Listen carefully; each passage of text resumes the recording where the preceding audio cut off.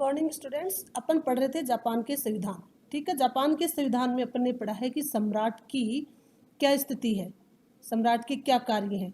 तो आपने पढ़ा है पिछले वीडियो में कि जापान के संविधान में जो सम्राट है वो क्या है, एक नाममात्र का शासक है, और वास्तविक जो शक्ति है वो किस में निहित बताई गई थी, मंत्रिमंडल में। तो आज अपन जो पढ़ रहे हैं वो ब्रिटिश राजा और जापान के सम्राट यानी राजा, उसकी आपस में तुलना। ठीक है, तो सबसे पहली जो तुलना है वो है इंग्लैंड में समिति राजतंत्र की स्थापना हो चुकी है और पूर्ण लोकतंत्र का विकास हो गया है। किसमें? ब्रिटिश राजा की। और जापान में क्या है, समिति राजतंत्र की स्थापना भी हो चुकी है और पूर्ण लोकतंत्र का विकास भी हो गया है। यानी दोनों में क्या है, लोकतंत्र का ही विकास माना गया है। इसलिए क्या है, राजा की शक्ति को कम बताया गया है। सारी जो शक्ति है वो किसमें निहित है, मंत्रिमंडल में ही समाहित है। इंग्लैंड में वास्तविक शक्तियां मंत्रिमंडल तथा संसद के पास है। ठीक है, और जापान में भी वास्तविक शक्तियां किसके पास बताई गई है, मंत्रिमंडल और डाइट। यहाँ पे जो आपने चर्चा की है संसद, आप कहोगे कि तो मैडम ये यहाँ क्या है, डाइट कैसे आया? तो यहाँ डाइट जापान में संसद को ही डाइट कहा जाता है। इसलिए इंग्लैंड में भी वास्तविक जो शक्ति है वो किसमें निहित है, मंत्रिमंडल में और संसद में बताई गई है। और जापान में भी किसमें बताई है, मंत्रिमंडल तथा डाइट के पास बताई गई है।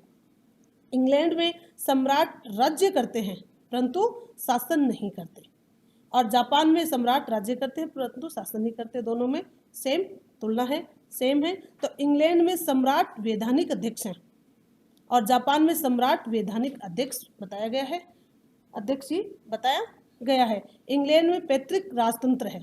इंग्लैंड में क्या है, इंग्लैंड में बताया गया है, आपने पढ़ी थी, विशेषताएं पढ़ी थी इंग्लैंड की, उसमें पढ़ा था ना कि राजा का बेटा ही क्या होगा, राजा होगा। यानी वहाँ पे पैतृक जो बताया गया है वो इंग्लैंड में बताया गया है राजा को, कि वहाँ इंग्लैंड में क्या है, पैतृक राजतंत्र है, यानी राजा का बेटा ही राजा बनेगा। जापान में भी पैतृक राजतंत्र बताया गया है।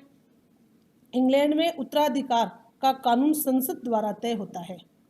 इंग्लैंड में उत्तराधिकार का कानून संसद के द्वारा ही तय बताया गया है। जापान में उत्तराधिकार का कानून डाइट द्वारा तय होता है। ठीक है, एक ही बात है वो। इंग्लैंड में राजा राष्ट्र तथा साम्राज्य की एकता का प्रतीक माना जाता है, और जापान में भी सम्राट को किसका, एकता का सम्राट, एकता की प्रतीक को ही माना जाता है। सम्राट राष्ट्र की एकता का प्रतीक ही माना जाता है। तो दोनों में क्या है, कोई विशेष तुलना नहीं है। ब्रिटेन में सम्राट की शक्तियों को सीमित करने के लिए संसद को लंबे समय तक संघर्ष करना पड़ा, और जापान की डाइट को इस विषय में कोई संघर्ष नहीं करना पड़ा। 1947 के संविधान में जनरल मैकार्थर की इच्छानुसार सम्राट की शक्तियों को सीमित कर दिया। ब्रिटेन में सम्राट की शक्तियों को प्रथाओं के आधार पर सीमित किया गया है। ठीक है ना, आपने पढ़ा है उसकी विशेषताओं के बारे में कि जो ब्रिटेन का संविधान है वो क्या है, परंपराओं के आधार पर चलने वाला संविधान बताया गया है। इसलिए बताया है कि ब्रिटेन में सम्राट की जो शक्तियां हैं वो प्रथाओं के आधार पर सीमित किया गया है, और जापान में सम्राट की शक्तियों को लिखित संविधान द्वारा सीमित किया गया है। यानी लिखित जो भी संविधान होता है, वो आपने पीछे के वीडियो में पढ़ा है कि जो भी लिखित संविधान है वो संविधान कठोर संविधान ही माना जाता है। तो इसलिए ब्रिटेन का जो है वो प्रथाओं के आधार पर सीमित माना गया है, परंपराओं के आधार पर चलने वाला संविधान बताया गया है। और जापान का जो संविधान है वो लिखित संविधान है, इसलिए वो सीमित किया गया है। इसमें बहुत बड़ा वो नहीं है, छोटा सा संविधान बताया गया है। अब ब्रिटेन में सम्राट प्रथा के अनुसार उस व्यक्ति को प्रधानमंत्री नियुक्त करता है जिसका कॉमन सभा में बहुमत हो। यदि किसी भी दल का स्पष्ट बहुमत नहीं हो तो वह अपनी इच्छा और विवेक से काम ले सकता है।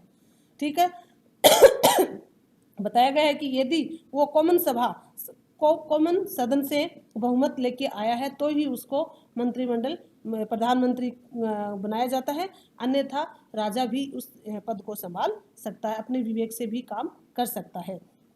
जापान का सम्राट उसी व्यक्ति को प्रधानमंत्री नियुक्त करने के लिए बाध्य है जिसको डाइट चुन ले, यानी उसको संसद चुन ले, वह अपनी इच्छा और विवेक से काम नहीं ले सकता। आपने ब्रिटेन के संविधान में पढ़ा कि यदि मंत्रिमंडल यदि प्रधानमंत्री की नियुक्ति करते समय यदि कॉमन सदन में बहुमत नहीं प्राप्त होता है तो उसको क्या है, सम्राट क्या करता है, अपने विवेक से भी काम ले सकता है। लेकिन ऐसा जापान के संविधान में नहीं बताया गया है। जापान के संविधान में बताया गया है कि जिसको डायरेक्ट चुन लेती है उसी को ही प्रधानमंत्री बनाया जाता है। वह अपनी इच्छा और विवेक से ही काम नहीं ले सकता, वह यानी अपनी इच्छा के अनुसार किसी कार्य को नहीं कर सकता, वह डाइट के द्वारा चुने हुए व्यक्ति को ही प्रधानमंत्री बनाएगा। ब्रिटेन में सम्राट मंत्रियों को प्रोत्साहन देने, चेतावनी देने और परामर्श देने का अधिकार रखता है। वह शासन के संबंध में कोई भी सूचना प्राप्त कर सकता है। और जापान में सम्राट को इस प्रकार की कोई शक्तियां प्राप्त नहीं बताई गई है। तो अपन ने जो ये जापान के संविधान है, सम्राट के बारे में पढ़ा है, जापान के संविधान के सम्राट के बारे में पढ़ा है। तो सम्राट क्या बताया गया है कि सम्राट एक नामात्र की शक्ति है और वास्तविक जो शक्ति बताई गई है वो मंत्रिमंडल में ही बताई गई है। कुछ आपने पीछे की वीडियो में भी आपने शेयर किया है कि कुछ आपके इम्पोर्टेंट क्वेश्चंस हैं, वो छोटे क्वेश्चंस भी आते हैं जो आपने फर्स्ट ईयर के अंदर भी आपने उसका आंसर दिया है। तो अपन कुछ छोटे क्वेश्चनों का भी बीच बीच में जिक्र करते रहेंगे ताकि आपके 2-2 नंबर की जो सुविधाएं हैं वो मिलती रहेगी। जापान के संविधान की 2 विशेषताएं कौन कौन सी बताई थी, कौन कौन सी विशेषताएं थी? एक तो सीमित राजतंत्र है और एक संसदीय प्रणाली, एकात्मक शासन, जापान का संविधान की विशेषताएं बताई गई है। जापान का संविधान कब लागू किया गया था? 3 मई 1947 को, ठीक है ना, 3 मई 1947 को जापान का संविधान लागू किया गया था। जापान के संविधान की प्रस्तावना में किन बातों पर जोर दिया गया है, कौन सी बातों पर अधिक जोर दिया गया है? एक तो क्या किया गया है कि युद्ध को आमंत्रित न करने और जनसंप्रभुता, अंतर्राष्ट्रीय सहयोग की बात कही गई है, ठीक है। जापान में संसदीय प्रणाली है अथवा अध्यक्षात्मक। तो कौन सी प्रणाली बताई गई है? शासन प्रणाली, क्योंकि वह संसदीय प्रणाली का मूलभूत सिद्धांत है। मंत्रिमंडलीय उत्तरदायी जापान में उसी रूप में पाया जाता है जिस रूप में इंग्लैंड में विद्यमान है। जापान में संसदीय प्रणाली है और संसदीय प्रणाली का मूलभूत सिद्धांत क्या है? मंत्रिमंडल। मंत्रिमंडल बताया गया है। उत्तरदायित्व जापान में उसी रूप में पाया जाता है जिस रूप में इंग्लैंड में विद्यमान बताया गया है। तो इस आपका क्वेश्चन जो बन रहा है वो है कि जापान में संसदीय प्रणाली है, जापान में संसदीय प्रणाली है अथवा अध्यक्षात्मक, तो कौन सी संसदीय प्रणाली बताई गई है। जापान के संविधान को कठोर संविधान क्यों कहा जाता है? जापान के संविधान को कठोर संविधान क्यों कहा जाता है? जापान का संविधान कठोर इसलिए कहा जाता है कि साधारण विधि निर्माण और संविधान संशोधन की प्रक्रिया भिन्न है, ठीक है। जापान में लोक संप्रभुता से आप क्या समझते हैं? क्या समझते हो आप कि सम्राट के पास कोई शक्तियां नहीं रही है, किसके पास है सारी शक्ति? लोक संप्रभुता में निहित बताई गई है। तो इसलिए जापान में लोक प्रभुसत्ता से हम ये समझते हैं कि सम्राट के पास कोई शक्तियां नहीं रह गई है। जापान के संविधान का अध्ययन क्यों करना चाहिए? जापान एक महानतम आर्थिक शक्ति है तथा एशियाई नवजागरण को प्रेरणा स्रोत रहा है, अतः उसके संविधान का अध्ययन उपयोगी बताया गया है। जापान में प्रदत्त अधिकारों के लक्षण कौन कौन से बताए गए थे? जापान संविधान द्वारा व्यापक मौलिक अधिकार प्रदान किए गए हैं और राजनीतिक अधिकारों के साथ साथ आर्थिक एवं सामाजिक अधिकार भी प्रदान किए गए हैं। जापान में नागरिकों को प्रदत्त दो मौलिक अधिकार कौन कौन से बताए गए थे? नागरिकों को कानून के 2 बताए गए थे, समक्ष समता, विचार तथा अंतःकरण की स्वतंत्रता और शिक्षा, न्यूनतम जीवन के अधिकार प्रदान किए गए हैं। जापान के संविधान में किन कर्तव्यों का उल्लेख किया गया है? कौन से कर्तव्यों का उल्लेख किया गया है? कि काम करने कर देने तथा अपने बच्चों को शिक्षा दिलाने का कर्तव्य प्रावधान किया गया है। जापान के संविधान में शोषण के विरुद्ध अधिकार से आप क्या समझते हो? शोषण के विरुद्ध अधिकार से ये मतलब है कि नागरिकों को बलपूर्वक उनकी इच्छा के विरुद्ध कोई भी कार्य नहीं करवा सकता है। जापान के संविधान में समानता के अधिकार से आप क्या समझते हो? समानता का अधिकार से क्या समझते हो? रंग, जाति, लिंग अथवा सामाजिक स्तर के ऊपर किसी भी प्रकार का राजनीतिक, आर्थिक तथा सार्वजनिक जीवन में कोई भी भेदभाव नहीं किया जाएगा। जापान के संविधान में संपत्ति के अधिकार से आप क्या समझते हो?